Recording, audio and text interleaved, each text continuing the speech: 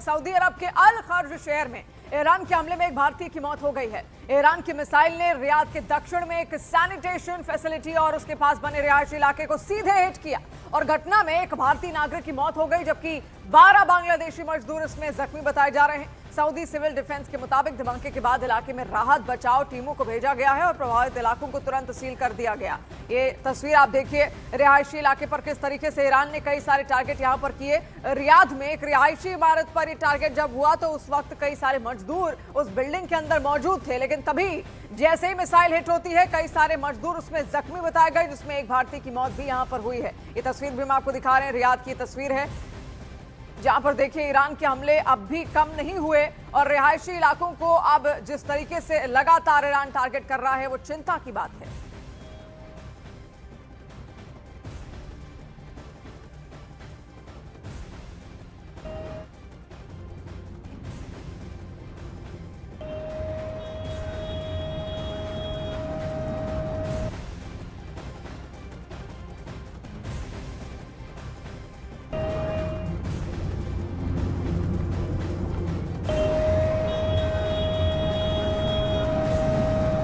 और देखिए आप तस्वीर आपको लेबनान की दिखाते हैं, जहां पर लेबनान की बेरूत में इजरायल का तगड़ा हमला देखने को मिला है। बेरूत में हिजबुल्लाह के ठिकानों पर इजरायल का यह हमला हुआ है, जहां पर इजरायल ने हिजबुल्लाह के ठिकानों पर कई मिसाइलें दागी हैं। देखिए इससे पहले भी हम आपको यहां पर बता चुके हैं कैसे हिजबुल्लाह समर्थक रहा है ईरान का, और जब ईरान पर इजरायल ने हमला किया तो हिजबुल्लाह भी पीछे हटा नहीं। हिजबुल्लाह ने इजरायल को घेरने की कोशिश की और उसी के जवाब में इजरायल ने हिजबुल्लाह पर किस तरीके से टारगेट किए हैं अब आप ये देखिए। ये तमाम हिजबुल्लाह के लड़ाके हैं जिनका लेबनान की राजनीति में अच्छी खासी पकड़ मानी जाती है। इसके अलावा ईरान के समर्थित ये तमाम हिजबुल्लाह लड़ाके वहां पर इजरायल के खिलाफ कई कार्रवाइयां देने का अंजाम यहाँ पर रखते हैं। और ऐसे में आप ये तस्वीर यहाँ पर देखिए, जब इजरायल ने इन पर जो कार्रवाई है वो की तो उसके बाद वहां पर जो परखचे हैं आप देखिए विमानों के वो भी पड़े हुए वहां पर दिख रहे हैं। कई ठिकाने ऐसे थे जहां पर हिजबुल्लाह के कई लड़ाके छिपे हुए थे। ועם טיל במודיעין עילית. ועם טיל במודיעין עילית. ועם טיל במודיעין עילית. ועם טיל במודיעין עילית.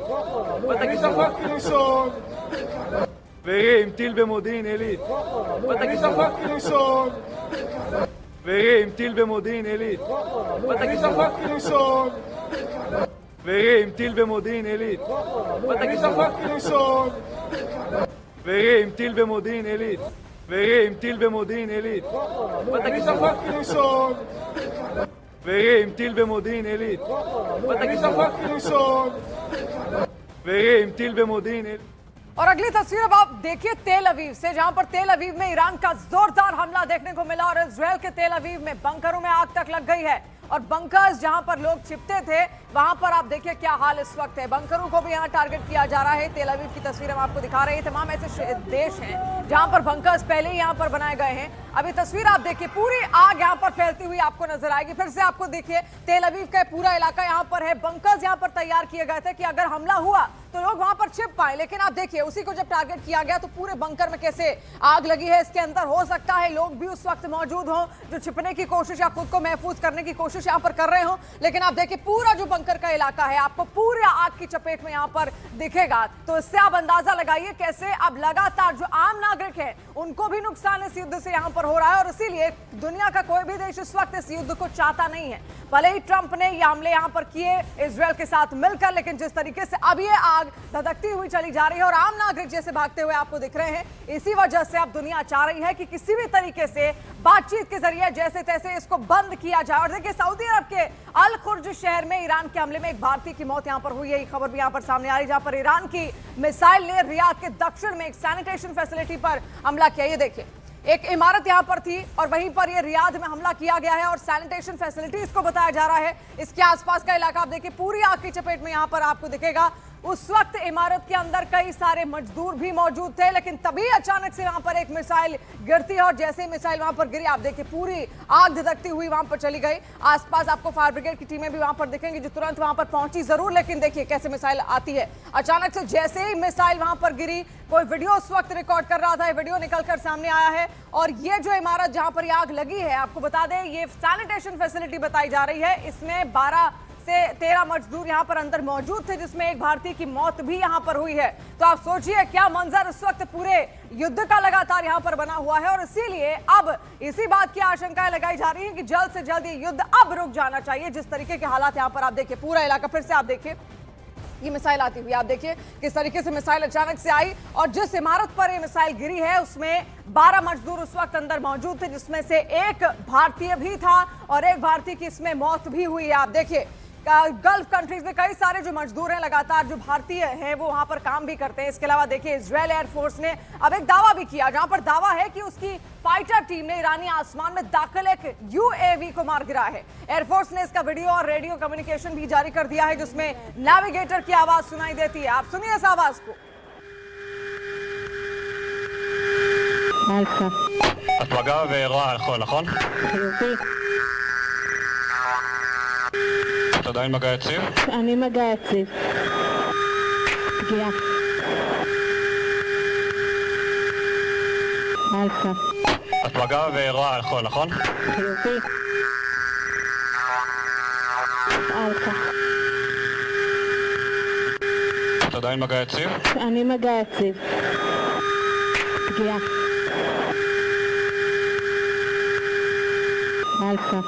את तो ये מגע रेडियो ואירוע על कम्युनिकेशन חול, है जो आप यहाँ पर सुन रहे हैं, पूरी रेडियो कम्युनिकेशन आप यहाँ पर सुन रहे थे। शायद वो एक दूसरे को बताने की कोशिश कर रहे हैं कि टारगेट कहाँ पर किस तरीके से हिट किया गया है। जो नेविगेशन है उसको यहाँ पर ट्रेस किया गया और बाकायदा इजरायल ने ये वीडियो यहाँ पर जारी किया। अब देखिए अली खामेनेई के बेटे मोस्तफा खामेनेई को ईरान का नया सुप्रीम लीडर बना दिया गया। ईरानी मीडिया के मुताबिक ईरान के वरिष्ठ धर्मगुरु ने अयातुल्ला अली खामेनेई के बेटे मोस्तफा खामेनेई को देश का नया सुप्रीम लीडर चुन लिया है। और यह फैसला ऐसे समय में लिया गया जब पूरे मिडिल ईस्ट में हमलों का सिलसिला लगातार जारी है और हालात लगातार बिगड़ते दिख रहे हैं। और चुनिंदा उच्च स्तरीय धर्मगुरुओं की परिषद ने मोस्तफा खामेनेई को उत्तराधिकारी के तौर पर उनका ऐलान कर दिया है। तस्वीर आप जो देख रहे हैं खामेनेई के बेटे हैं मोस्तफा खामेनेई। देखिए खामेनेई के 6 बच्चे थे, जिनमें उनके 4 बेटे थे और 2 लड़कियां थी, जिसमें एक बेटा और एक बेटी की मौत भी यहां पर निकलकर सामने आई। लेकिन ये जो तस्वीर आप देख रहे हैं मोस्तफा खामेनेई की है। मोस्तफा खामेनेई अब नए सुप्रीम लीडर ईरान के बन गए हैं। देखिए ईरान के जो कॉन्स्टिट्यूशन है, जो वहां का संविधान है, उसमें लिखा ही गया है कि बहुत जरूरी है वहां पर कोई सर्वोच्च लीडर होना, और इसीलिए अब मोस्तफा खामेनेई को ये जिम्मेदारी यहां पर सौंपी गई है ताकि आईआरजीसी जो रेवोल्यूशनरी गार्ड कॉर्प्स वहां पर है उसको वो लीड कर सके, क्योंकि उसको केवल और केवल जो सर्वोच्च नेता है वही लीड कर सकता है। और इसीलिए वहां पर बहुत जरूरत थी एक सुप्रीम लीडर की, और अब मोस्तफा खामेनेई को वहां पर नियुक्त कर दिया गया है जो अब कमान संभालेंगे देश की। और देखिए अल्लाह का बंदा कहा जाता है सुप्रीम लीडर को ईरान में, और पत्थर की लकीर होता है। सुप्रीम लीडर ने जो कुछ कह दिया वो पत्थर की लकीर है। वहां के लोगों के लिए, वहां के धार्मिक कामों को आगे बढ़ाने के लिए एक सुप्रीम लीडर की बेहद आवश्यकता होती है, और इसीलिए वहां का संविधान कुछ ऐसा कहता भी है, कई सारे नियम भी है, और बाकायदा एक एक्सपर्ट कमेटी बैठती है जो सुप्रीम लीडर को वहां पर चुनती है।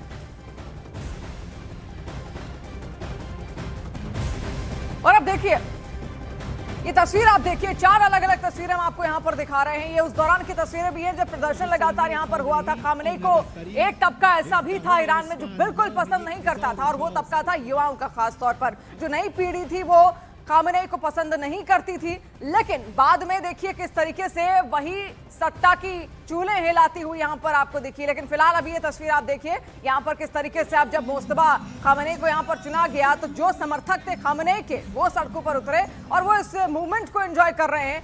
वो मान रहे हैं मोस्तफा खामेनेई को कि उनको सुप्रीम लीडर अब चुन लिया गया है। और इसके अलावा सुप्रीम लीडर के तौर पर मोस्तफा खामेनेई के चयन में अब देखिए अमेरिकी प्रशासन को एक क्लियर मैसेज दे दिया है कि ईरान को ना तो अमेरिकी चिंता है और ना ही उसके उठाए मुद्दों के। और ट्रंप ने कह दिया था कि ईरान के सुप्रीम लीडर के चयन में अमेरिका का हस्तक्षेप होगा, लेकिन ईरान ने अमेरिका की बातों को हवा में उड़ाते हुए कहा अपने सुप्रीम नेता का चयन कर लिया और जूनियर खामेनेई अब अमेरिका के खिलाफ युद्ध का नेतृत्व करेंगे।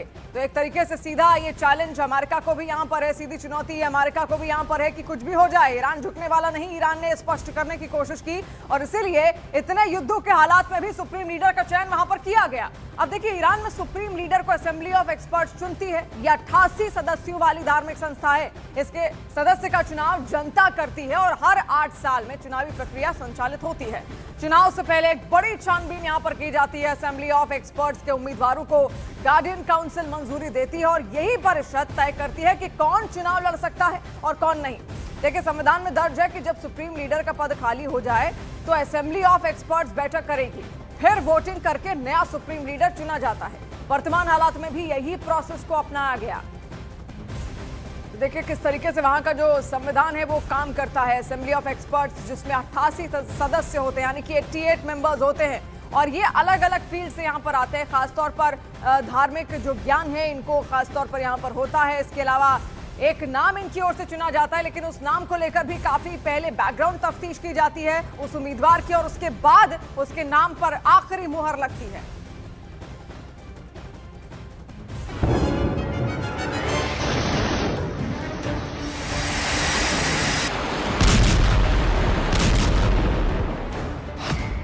ट्रंप को नामंजूर ईरान के नए सुप्रीम लीडर। ट्रंप को अखर गई मोस्तबा की ताजपोशी की खबर। ईरान के नए लीडर पर सुप्रीम संग्राम। ईरान और इजराइल की जमीन धमाकों से धड़क रही।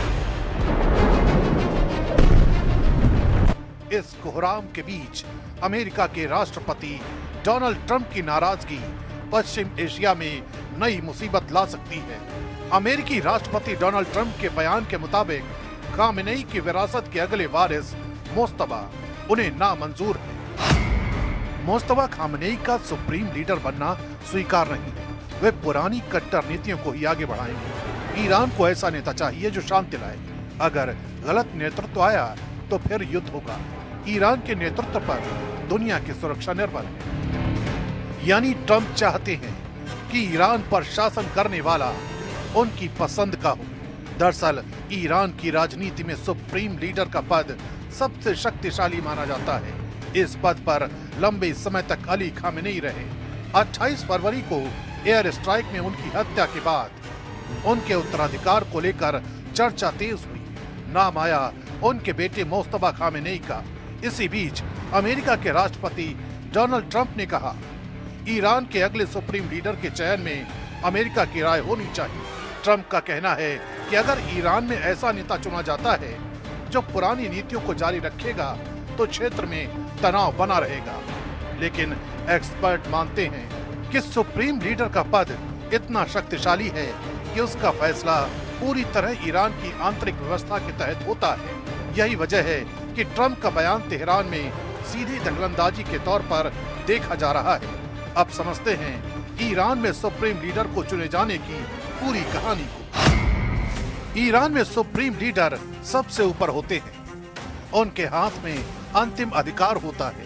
सुप्रीम लीडर ही न्यायपालिका के प्रमुख यानी हेड ऑफ जुडिशरी की नियुक्ति करते हैं। यही न्यायपालिका प्रमुख आगे गार्डियन काउंसिल के कई सदस्यों की नियुक्ति में भूमिका निभाता है। गार्डियन काउंसिल चुनावी उम्मीदवारों की जांच करती है और संसद के अलावा राष्ट्रपति चुनाव की वैधता तय करती है। इसके साथ ही असेंबली ऑफ एक्सपर्ट नाम की संस्था होती है जिसके 88 सदस्य चुने जाते हैं और वही सुप्रीम लीडर का चुनाव करते हैं। यानी राष्ट्रपति और संसद चुनी हुई संस्थाएं हैं, लेकिन सत्ता का अंतिम नियंत्रण सुप्रीम लीडर के पास ही रहता है। ईरान में सुप्रीम लीडर की ताकत यही खत्म नहीं होती। संविधान के मुताबिक यही पद देश की सेना और रणनीतिक संस्थाओं का सर्वोच्च कमांडर होता है। यानी IRGC समेत सैन्य बल सीधे सुप्रीम लीडर के अधीन रहते हैं। रक्षा नीति, परमाणु कार्यक्रम और विदेश नीति की अंतिम दिशा भी वही तय करता है। सुप्रीम लीडर ही युद्ध या शांति से जुड़े फैसलों को मंजूरी देता है और जरूरत पड़ने पर जनमत संग्रह कराने का अधिकार रखता है। इतना ही नहीं, अगर राष्ट्रपति देश के हितों के खिलाफ काम करता हुआ माना जाए तो उसे पद से हटाने की प्रक्रिया भी सुप्रीम लीडर की मंजूरी से ही आगे बढ़ती है। यानी तेहरान की असली सत्ता का केंद्र यही पद माना जाता है। इसलिए जब डोनाल्ड ट्रंप ईरान के नए सुप्रीम लीडर पर सवाल उठाते हैं तो ये मामला सिर्फ बयानबाजी का नहीं रहता। ये सीधे ईरान की सत्ता, संप्रभुता और पश्चिम एशिया की आने वाली राजनीति से जुड़ा बड़ा टकराव बन जाता है। और देखिए अली खामनेई के बेटे को ईरान का अगला सुप्रीम लीडर चुन लिया गया। अगर बात करें ईरान के सुप्रीम लीडर की पार की तो वो भी आप समझिए। देखिए सुप्रीम लीडर विधायिका, न्यायपालिका, कार्यपालिका तीनों अंगों का सर्वोच्च नेता होता है। सुप्रीम लीडर को ईरान की इस्लामिक क्रांति का प्रतीक माना जाता है। सुप्रीम लीडर पर चीफ जस्टिस को चुनने का अधिकार भी होता है।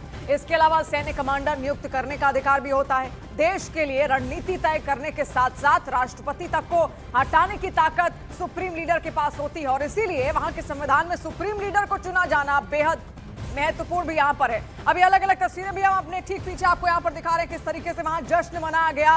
लोग सड़कों पर उतरे और मुस्तफा खामनेई के समर्थन में लोग वहां पर सड़कों पर आए हैं और एक तरीके से खुशी उन्होंने अपनी जाहिर यहाँ पर की है।